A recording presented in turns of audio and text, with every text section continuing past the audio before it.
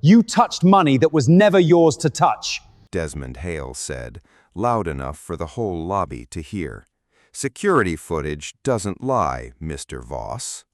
Then pull the footage, Callan Voss said quietly. I'll wait. Oh, we already did, and you're going to wish we hadn't. Every janitor, every desk clerk, every early morning employee of Ashgrove Tower stopped walking. A circle of 40 people formed around a man in a gray uniform and a man in a $1,000 suit, and nobody in that lobby knew yet that the next 10 minutes would end with one of them losing everything. Callan didn't raise his voice. He didn't reach for his phone to call a lawyer. He simply stood with his hands folded in front of him, the same way he stood every single night before he mopped floor 17, and he waited for a man who had already decided how this story would end. If you love stories where quiet people turn out to be the strongest ones in the room, hit that like button right now, because this story earns it. Subscribe to the channel before you go any further, because the twist in this one will stay with you for days. And drop a comment telling me where you're watching from. I read every single one. 3 weeks earlier, none of this had even started. Callan Voss was just a man trying to get his daughter to school on time, running on 4 hours of sleep and a job nobody envied. He had no idea that a leather wallet sitting quietly in a parking garage was about to change the direction of his entire life and expose a secret that had been hiding inside Ashgrove Tower for over a year. Callan Voss was 34 years old, and by 6 o'clock every evening he was already tired in a way that sleep didn't fix. He worked the overnight shift at Ashgrove Tower, a 31-story office building in downtown Denver that housed law firms, an investment group, and the private offices of a shipping and logistics company most people had never heard of, but everyone had used at least once. Callan pushed a mop cart through hallways lit only by emergency lighting, emptied trash cans full of other people's ambition, and made sure the glass doors on the ground floor were spotless by 6 in the morning. He had been doing this job for 4 years. Before that, he had worked construction until a fall from scaffolding left his left knee permanently stiff and his back unreliable on cold mornings. The janitorial job paid less, but it let him pick up his daughter, Wren, from her after-school program by 7:30 most nights, as long as his supervisor didn't extend his shift. Wren was 7. She had her mother's dark curly hair and a habit of asking questions that Callan didn't always know how to answer. "Dad, why do rich people need so many floors?" she asked him once, tugging his sleeve as they walked past Ashgrove Tower on a Saturday. "I don't know, baby. Maybe they think higher up feels safer." "Does it?" "No, I don't think it does." Callan's wife, Elena, had died 2 years earlier from a sudden illness that the doctors never fully explained to his satisfaction. 1 week she was healthy, laughing at something on television, and 6 weeks later she was gone. Callan didn't talk about it much. He had learned that grief, when spoken about too loudly, made other people uncomfortable, so he carried it the way he carried everything else, quietly and mostly alone. Money was tight. It was always tight. Between Wren's after-school program, the rent on their 2-bedroom apartment 11 miles outside downtown, and a car that needed a new transmission he couldn't afford, Callan had exactly $140 left over most months after the essentials. He didn't complain about it, not even to himself. He had made a private rule a long time ago. Complaining didn't fix anything, and Wren didn't need to see her father defeated. At Ashgrove Tower, most people didn't know his name. He was the cleaning guy to some, invisible to most, and that suited him fine. He preferred it that way. Being unnoticed meant nobody bothered him, and nobody expected anything from him beyond clean floors and quiet hallways. There was one person who did know his name, though, an older security guard named Otis Grant, who had worked the night shift at Ashgrove for 11 years and had taken a liking to Callan early on. "You're too honest for this town, Voss," Otis told him one night, watching Callan return a $50 bill he'd found wedged behind a vending machine to the building's lost and found box. "Most folks would have kept that." "It's not mine," said Callan simply. "Doesn't matter how small it is." "That's the kind of thing that either makes a man broke his whole life or makes him rich one day when nobody's looking," said Otis, chuckling. "We'll see which one you turn out to be." Callan laughed it off that night.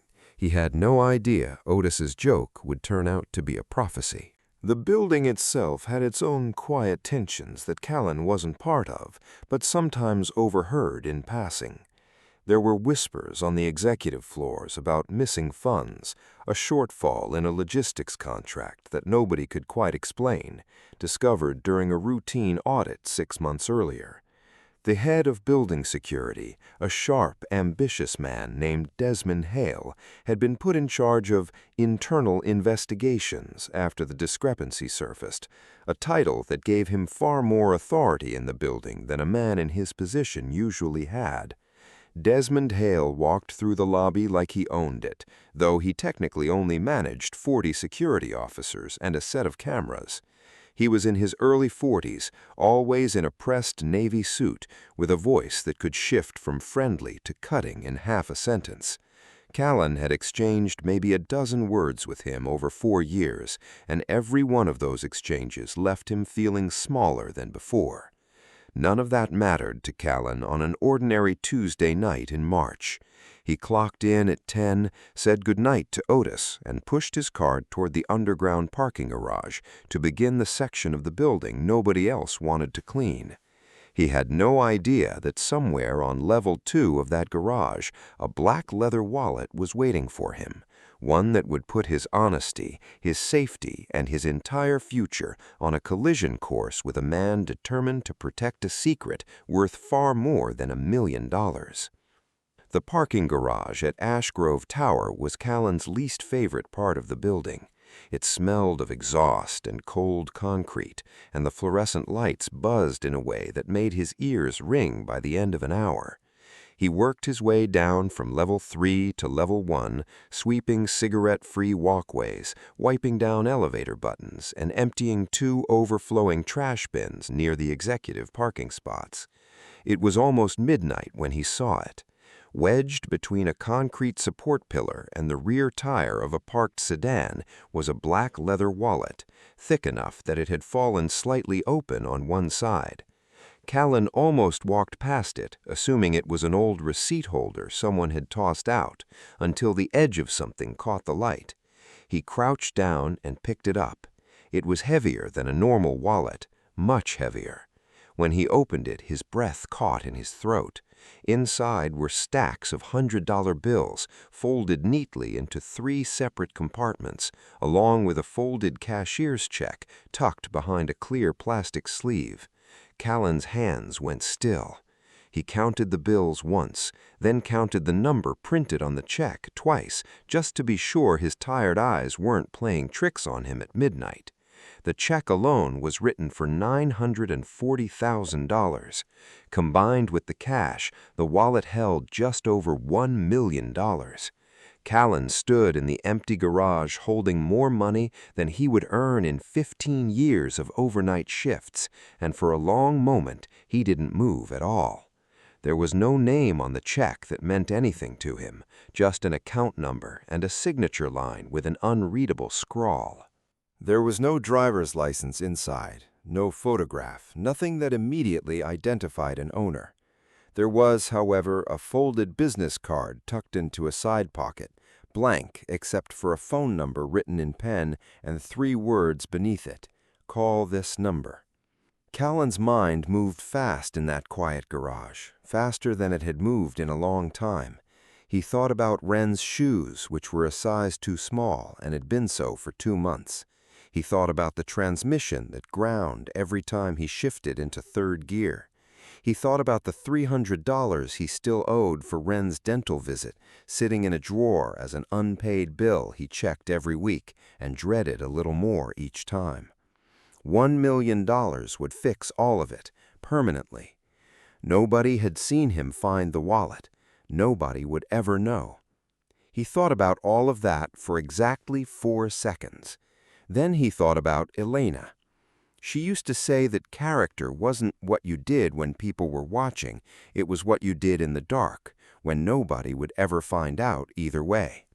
She had said it to him once about a wallet, oddly enough, years earlier, when a coworker had bragged about keeping a lost purse he'd found on a bus. Elena hadn't argued with the coworker. She had just looked at Callan afterward and said, "Promise me you'd never do that?" He had promised. Callan closed the wallet, slid it into the inner pocket of his uniform jacket, and finished his shift exactly the way he always did, sweeping, wiping, emptying trash section by section, floor by floor, with $1 million pressed against his chest the entire time. He didn't tell Otis, he didn't tell his supervisor. He decided somewhere around 3 in the morning that the first call in the morning would be to the number on that business card, and after that he would let whatever happen, happen. He had no idea that the man who answered that number would test him in ways he never expected, or that someone else inside Ash Grove Tower already knew exactly where that wallet was and was far more interested in making sure it disappeared than in seeing it returned. Callan called the number at 7 the next morning, standing in his kitchen while Wren ate cereal at the table behind him.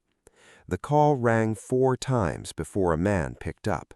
His voice was older, calm, and carried an unhurried authority that made Callan straighten his shoulders without meaning to. "This is Franklin," the voice said simply. "My name is Callan Voss. I work night security and cleaning at Ash Grove Tower. I found a wallet in the parking garage last night. I believe it's yours." There was a long pause on the other end of the line. "What was inside it?" "A cashier's check for just under $1 million and roughly $60,000 in cash. I didn't count the bills exactly. I wanted to return it first." Another long pause, this time longer. "Where is it now?" "With me. I haven't opened the cash compartments beyond confirming what was there. I can bring it to the front desk of the building this morning, or wherever you'd like to meet." "Bring it to the front desk at 9. Tell them Franklin sent you." The line went dead before Callan could say anything else. He looked at Wren, who was watching him with cereal milk dripping off her spoon. "Everything okay, Dad?" "Everything's okay, baby. Eat your breakfast." Callan drove to Ash Grove Tower that morning with the wallet sitting on the passenger seat like it was made of glass. He parked in the employee garage, walked through the lobby in his street clothes for the first time in years, and approached the front desk exactly as instructed. The woman at the desk gave him a strange look when he mentioned Franklin's name, then picked up a phone and murmured something Callan couldn't hear. 2 minutes later, Desmond Hale walked out of a side office, adjusting his cufflinks, a tight smile already fixed on his face. "Mr. Voss," Desmond said, "I hear you found something interesting last night?" "I did. I'm here to return it." "Wonderful. Why don't you come with me?" Desmond led him into a small conference room on the ground floor, away from the front desk, away from the cameras that covered the main lobby. He held out his hand. "I'll take it from here. I'll make sure it gets back to the rightful owner." Callan hesitated. Something about the request didn't sit right with him. The way Desmond's eyes kept flicking toward the door, the way his smile didn't reach past his mouth. "I was told to hand it to building management directly, in front of the desk," Callan said carefully. "I'd rather do it that way, if that's all right." Desmond's smile faded for exactly half a second before it returned, colder now. "I am building management, Mr. Voss, effectively." "With respect, sir, I'd still like to follow the instructions I was given." For a moment, the two men simply looked at each other. Then Desmond laughed, a short, humorless sound, and gestured toward the door. "Fine. Have it your way. Let's go find someone who outranks me then." He led Callan not to a manager, but to a small elevator at the back of the lobby that Callan had never used in 4 years of working there. It required a key card.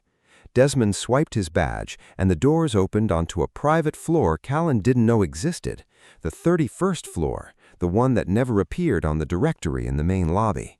The doors opened into a quiet office with floor-to-ceiling windows overlooking the entire city, and a man in his late 60s stood at the window with his back to them, wearing a plain gray sweater instead of a suit. He turned around slowly.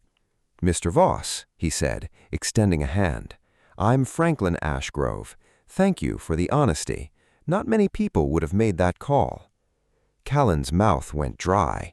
He recognized the name from the plaque in the lobby, the same name printed at the top of every paycheck he'd ever received. He had just spent the last 12 hours holding the personal fortune of the man who owned the entire building, and the man standing across from him now, watching him carefully, had one more test left to run before he decided exactly what to do next. Franklin Ashgrove was not what Callan expected. There were no assistants hovering nearby, no framed magazine covers on the walls, nothing that suggested the kind of wealth that had built a 31-story tower in downtown Denver. Just a simple desk, a worn leather chair, and a view that made the entire city look small. "Sit, please," Franklin said, gesturing to a chair across from his desk. Callan sat. Desmond remained standing near the door, arms crossed, watching the exchange with an expression Callan couldn't quite read. "That wallet you found wasn't lost by accident," Franklin said. Callan frowned. "Sir?" "I left it there on purpose. Level 2 near pillar B14 at 11:40 last night. I've done this 4 times over the past 2 months in different locations around this building. The loading dock, the executive elevator, the employee break room. Different amounts, different circumstances, always at night, always where only overnight staff would find it." Desmond shifted near the door, but said nothing. "May I ask why?" Callan said carefully. Franklin leaned back in his chair. "Because 6 months ago, an audit revealed that nearly $400,000 had gone missing from a logistics contract tied to this building. Small amounts, moved carefully over almost a year. Someone with access to financial systems and building operations has been skimming money and covering the trail well enough that our accountants couldn't pin it down." "And the wallet was a test," Callan said slowly. "The wallet was one of several tests," Franklin said. "I wanted to know 2 things. First, whether the person who found large sums of money on this property would return it. Second, and this matters more than you might think, I wanted to know who would try to intercept it before it reached me." The room went quiet. Callan felt the weight of Desmond's stare from across the room, though he didn't turn to look. 3 of the 4 wallets I planted never made it back to me. One was found by a maintenance worker who's no longer employed here. One simply vanished, and building security reported no findings at all, despite full camera coverage of the area.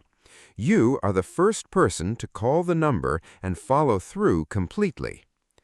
"I don't understand what any of this has to do with me specifically," Callan said. "It has everything to do with you, because you are the only person in this building who tried to deliver that wallet directly to me, exactly as instructed, and who resisted being redirected along the way." Callan's stomach tightened as the pieces started to align in his mind. He thought about the conference room, about Desmond's hand extended, asking Callan to simply hand the wallet over and let him take it from here. "I was told to bring it to the front desk," Callan said. "I was redirected to a private conference room instead by someone who told me he was, in his words, effectively building management." Franklin's eyes moved to Desmond for the first time since the conversation began.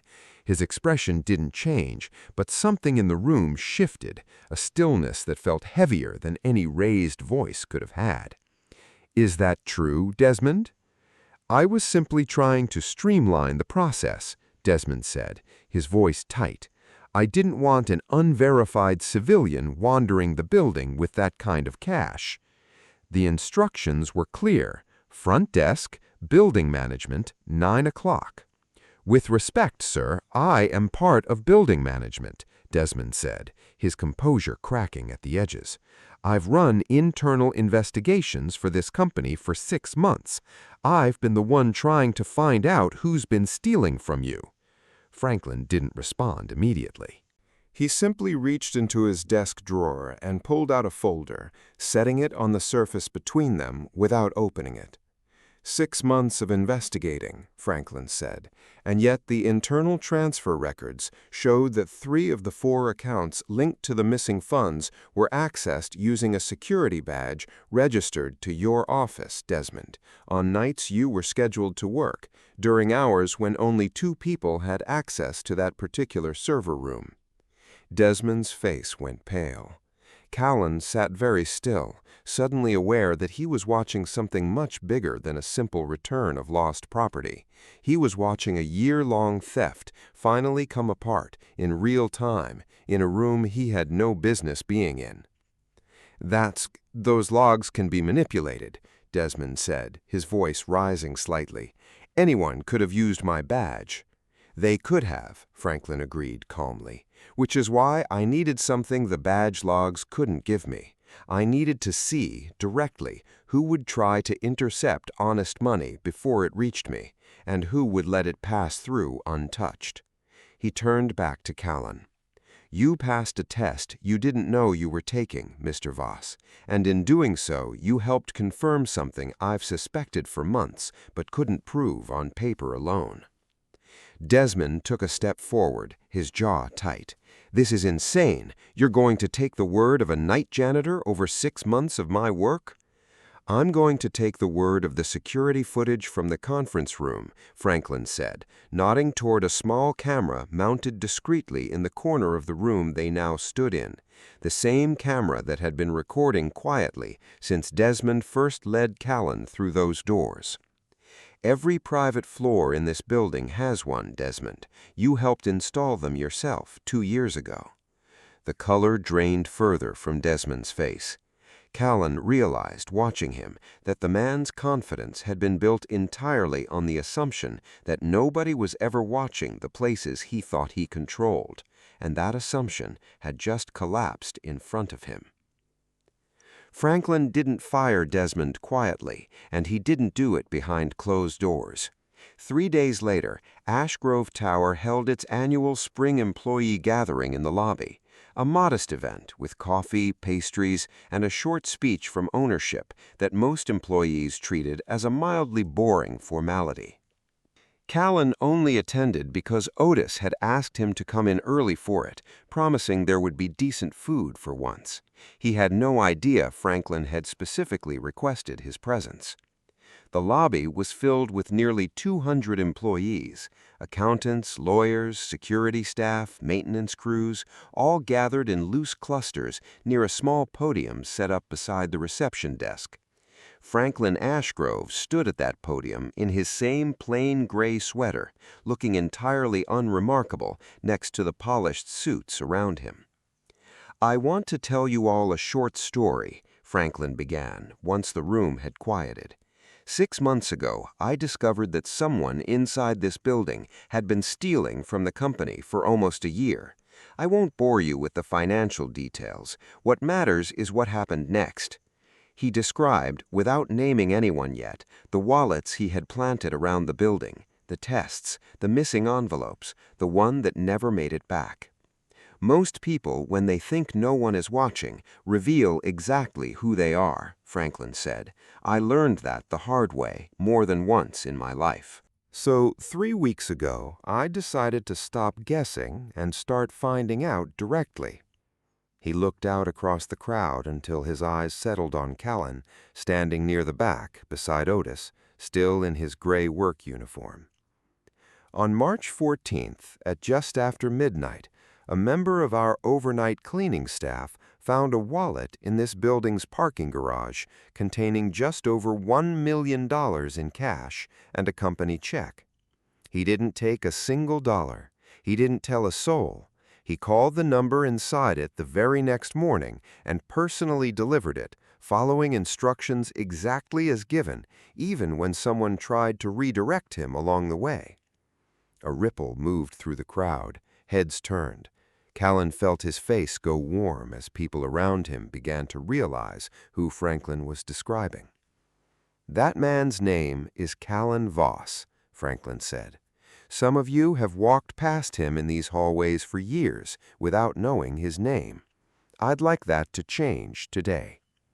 The room broke into applause, scattered at first, then building into something louder.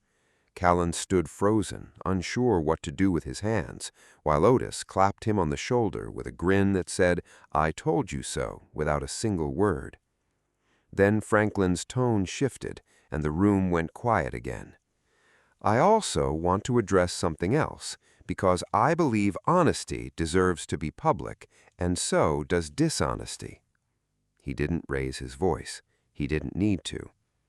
"The person responsible for nearly $400,000 in missing funds from this company has been identified. He used his position of trust, a role specifically created to investigate this exact theft, to conceal his own actions for months, and attempted to intercept Mr. Voss's honest return of company property just 3 days ago in an effort to protect himself." Every eye in the lobby turned toward Desmond Hale, who stood near the edge of the crowd in his pressed navy suit, his expression unreadable. "Desmond Hale's employment with this company ended this morning," Franklin said simply. "The matter has been turned over to the appropriate authorities, and I won't be discussing further details out of respect for that process." Nobody applauded that part. Nobody needed to. The silence in the room said everything that clapping couldn't. Desmond didn't argue. He didn't raise his voice or make a scene. He simply stood at the edge of the crowd, watching people he had worked beside for years quietly step away from him, watching Callan being congratulated by co-workers who had never once learned his name before that morning. He turned and walked out of the lobby alone, past the front desk, past the glass doors Callan had polished 1,000 times, and out into a parking lot where no one followed him. Nobody offered him a second chance. Nobody needed to. Franklin waited until the room settled before he continued. "There's one more thing," he said, glancing toward Callan with the faintest smile. "Mr. Voss, would you come up here for a moment?" Callan's legs felt unsteady as he walked to the front of the room, aware of every eye following him. "I told you 3 days ago that you passed a test you didn't know you were taking. I believe honesty like that should never go unnoticed or unpaid." He handed Callan a plain white envelope. "That's not a reward for turning in the wallet. You already did the right thing, and the right thing doesn't need a price tag attached to it after the fact, or it stops being the right thing. This is something else. Consider it a long overdue correction for 4 years of work this building never properly valued." Callan opened the envelope later, sitting in his car in the parking garage, hands shaking slightly. Inside was a letter offering him a full-time position as head of building operations, with a salary nearly 4 times what he currently earned, full benefits, and a note at the bottom in Franklin's own handwriting. "Character is what you do in the dark. You've more than earned the chance to do good work in the light." Callan read that line 3 times before he could bring himself to start the car. 6 months later, Callan Voss stood in an office on the 4th floor of Ash Grove Tower. His office now, with his name printed on a small plaque beside the door. He still knew every hallway in the building by heart, still knew which fluorescent light on level 2 flickered every few seconds, still said good morning to Otis every single day, though now it was Otis who reported to him instead of the other way around.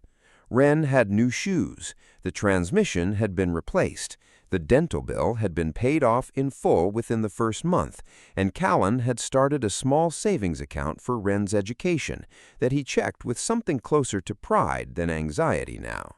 He didn't talk about the wallet much, even after the story made local news and a modest write-up in the city paper.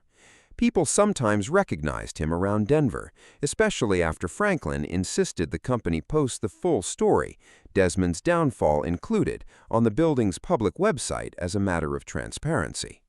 Callan never enjoyed the attention. He always redirected the conversation back to the same point. "I didn't do anything special," he told a local reporter who stopped him outside a grocery store one afternoon. "I did what anyone should do when something isn't theirs. The only unusual part is that people expect something different now."